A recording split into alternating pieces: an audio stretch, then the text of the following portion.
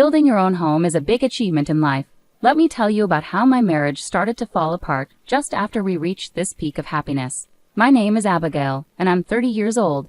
My family includes my husband Gary, who is 35, and our 3-year-old daughter Sarah. We decided to build our dream home. You might think everything was smooth sailing and filled with happiness. That's what most people would assume. But for me, it's quite the opposite.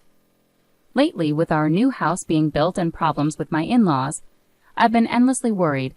The first sign of trouble in our relationship came when we left Sarah at my in-laws' place. Both my husband and I work, so we rarely have any free time. On weekdays, we spend our weekends searching for the right materials and discussing the design of our house. When we took Sarah with us, she would often get bored and restless, so we usually left her with my parents who lived close by. But one morning, my father fell and had to see the doctor, so he couldn't watch Sarah. I thought we should cancel our plans for the day. However, Gary suggested, why not leave her at my parents' house? Honestly, I don't have a good relationship with my in-laws. They don't think they need to respect their son's wife. To them, since I'm married into the family, they can say whatever they want. What century are they living in? I felt uncomfortable asking them to babysit a 3-year-old, but if we postponed our plans, it would delay finishing our house.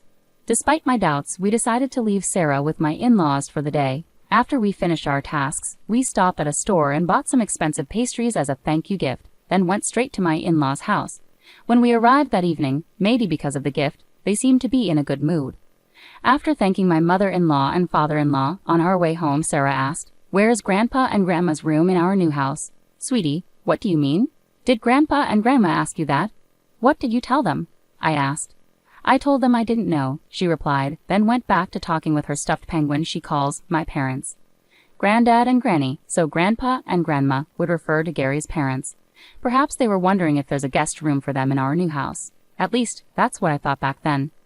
After that day, my in-laws started visiting frequently, especially in the evenings on weekdays or holidays when we were home. Right now, we're living in a small, older apartment to save money for our house. Whenever my in-laws came over, they would immediately sit down on our dining chairs or sofa, asking to see the blueprints and paperwork for our house that was still being built. Before I could say anything, Gary would eagerly show them everything, explaining in detail. Why does he show them every time? It's already exhausting. They visited so often that my mother-in-law bombarded me with questions. It felt like I was being interrogated in a congressional hearing. It wasn't my husband in the hot seat, but me. I could almost hear the debate moderator saying, "MIL, you may speak." She would scrutinize the blueprint, pointing out flaws in the kitchen's layout and insisting we needed more guest rooms. She'd argue about the need for spare space and even joke about the declining birth rate, thankfully not seriously asking for my thoughts on it. Then it was my turn to respond. "Ms. Abigail, I'd say, based on our discussions with my husband and the construction plans we've already set in motion, it's too late to change the layout." But my frustration grew as more questions followed about furniture and appliances. My mother-in-law claims to be a home expert. I've visited many friends' homes and seen different room setups. With that experience, I can easily recognize comfortable rooms and quality furniture. "This house and these rooms don't feel right. They have bad vibes, so things won't go smoothly," she declared with expert emphasis. It was a bit much, considering she's just my mother-in-law. She was so irritating that I jokingly suggested, "What if we turn it into a multi-generational home and split the costs 50-50ths? But my in-laws didn't find it funny. "Are you asking us for money, you ungrateful child? A multi-generational home? I hate the idea of living so formally and reserved." That day they left early. Good riddance. You're not my real parents, and I don't owe you any respect. Instead of parents, they're more like guardians. Later that night, after putting our daughter to bed, my husband came to me looking frustrated. "Mom and Dad mean well, so don't be so distant with them." Cold? I didn't mean to come off that way, but aren't your parents being a bit rude? They constantly interfere with our decisions about our home. It's like they always look down on me, see me just as their daughter-in-law. That's just how parents are. It feels disrespectful to dismiss their advice like that. Don't you understand how that feels? Take a moment to think about it calmly. From then on, my husband turned away and didn't speak to me. I know they're your parents, but we're a separate household, and they haven't given us any financial support. They don't contribute financially, but still have a lot to say. Isn't that unfair? My husband told me to calm down, but instead of cooling off, I was boiling with anger over the injustice, which made it hard to sleep. After some ups and downs, our house was finally finished. Just as our family was happily moving in, something unexpected happened. My parents are moving in with us starting today. Dad can take the bigger room upstairs, and Mom will be fine in the smaller one. Wait a minute. Hold on. Where is this coming from? We agreed that one of the upstairs rooms would be for Sarah. I never heard anything about this. Plus, what if your parents decide they don't like the rooms? They might not say anything, but they've already seen them. Your parents checked out the rooms the day before we did. Wait, they saw the house before us? Yeah, they wanted to see it, so I gave them my key. It's not a big deal, my husband replied, clearly annoyed as he returned to working on the half-done TV cables. Not a big deal? Well, it is now. It's become a really big deal. I didn't want to see my husband's face, so I left the kitchen where I was packing and went upstairs. I locked myself in the room, trying to clear my head amidst the mix of anger and confusion. Thankfully, I had already dropped Sarah off at daycare, giving me some space and time to think amidst all the unpacking. The sudden news about living with my in-laws made me completely fed up with both my husband and his parents. I didn't want to spend another moment with them, but we had just invested significantly in this house. I needed to calm down and think rationally. I had to figure out what needed to be said and what didn't for the sake of my daughter and myself. I stayed in my room, deep in thought, waiting for my in-laws to arrive as my husband had mentioned they would be coming in the afternoon with a truck full of their belongings. You could at least greet us. Honestly, such rude people. Oh my, nothing's unpacked yet? You're so slow. I overheard my in-laws complain as they made themselves at home downstairs. I decided to go downstairs and face them at the entrance. Excuse me, but I wasn't informed about this living arrangement, I said, my voice unexpectedly cold.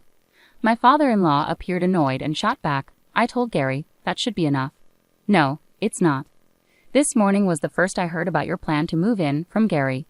I have no intention of living with you, especially after such disrespect. What? Gary agreed to it. You think you can defy your husband like that? Such a presumptuous daughter-in-law. If you don't like it, maybe you should leave. This is hopeless. We've always struggled to communicate properly with them. As I pondered my next words, my husband rushed over. What's going on, Abigail? Why are you arguing with my parents? This isn't just an argument. I'm being criticized simply for being your daughter-in-law, and now you're blaming me too. I realized once again Gary was just like his father. Like father, like son. Gary, I can't possibly live with your parents. Why not? You're making this difficult for me. As your wife, I'm an individual person. You can't force me to obey. Upon hearing our exchange, Gary's father exclaimed, We don't need such a daughter-in-law in our home. Then Gary agreed, Maybe you're right. If she can't respect my parents, maybe we should divorce. I had been waiting for this. All right, let's get a divorce then, I stated clearly. My husband was the one who asked for divorce, and I, the wife, just agreed to what he wanted. With hope that my phone in my pocket would record our entire conversation properly, I continued, Since we'll be strangers now, please pay me back the $350,000 I loaned you for this house's construction. His parents gasped in shock, looking completely baffled.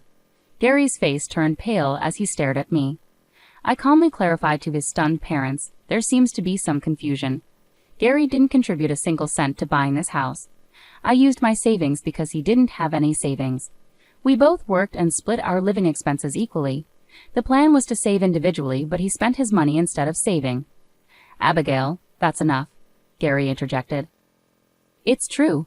Yet when we bought the house, Gary insisted it be in his name.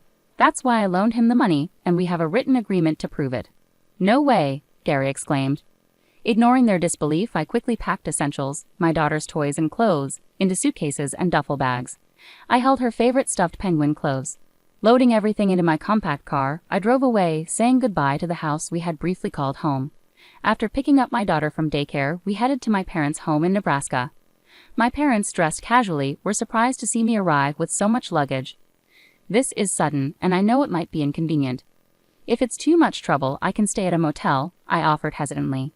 They quickly assured me it was fine. Later, I found out they had been worried I might harm my daughter or myself, though I had sworn to protect her no matter what. I shared the whole story with them, explaining my decision to divorce Gary and my determination to raise our daughter alone.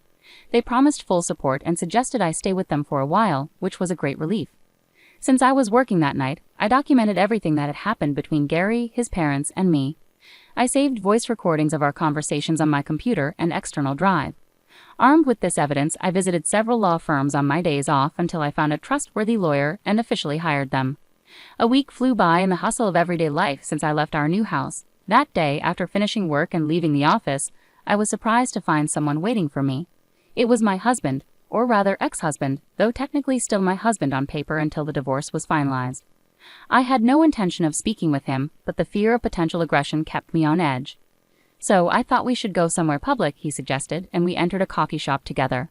I made sure to activate the recording function on my phone, just in case.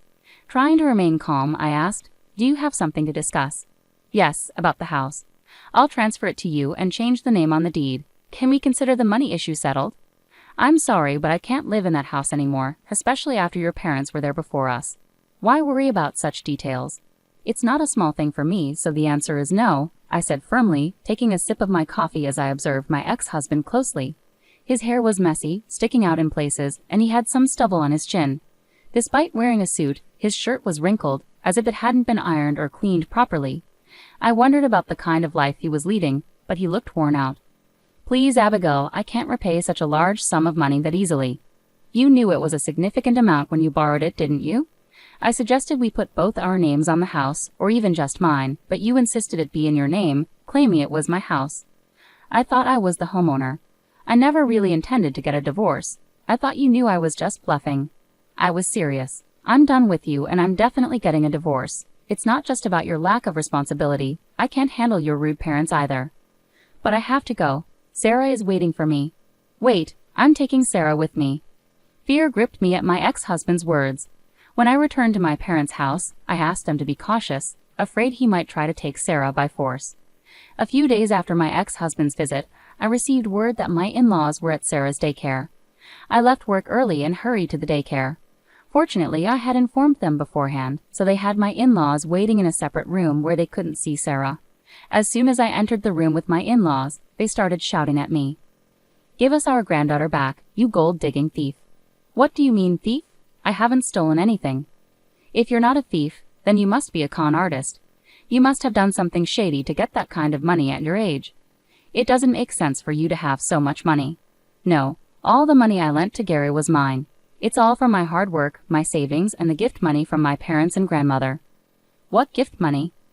"Every year my parents gifted me a certain amount to avoid taxes, which was directly deposited into my account.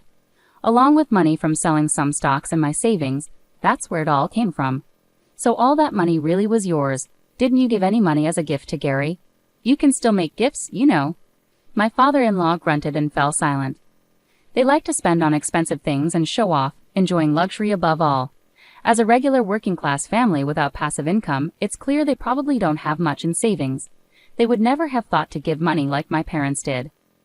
"I'm sorry, but I'm divorcing Gary. I'll be taking custody of Sarah. Please don't come to the daycare anymore." With that, I quickly got Sarah into the car and drove straight to my parents' home. Despite my warnings, Gary and my in-laws continued to show up several times after that. Each time, I tried to stay calm and send them away. However, they often grabbed my arm or shouted hurtful things at me.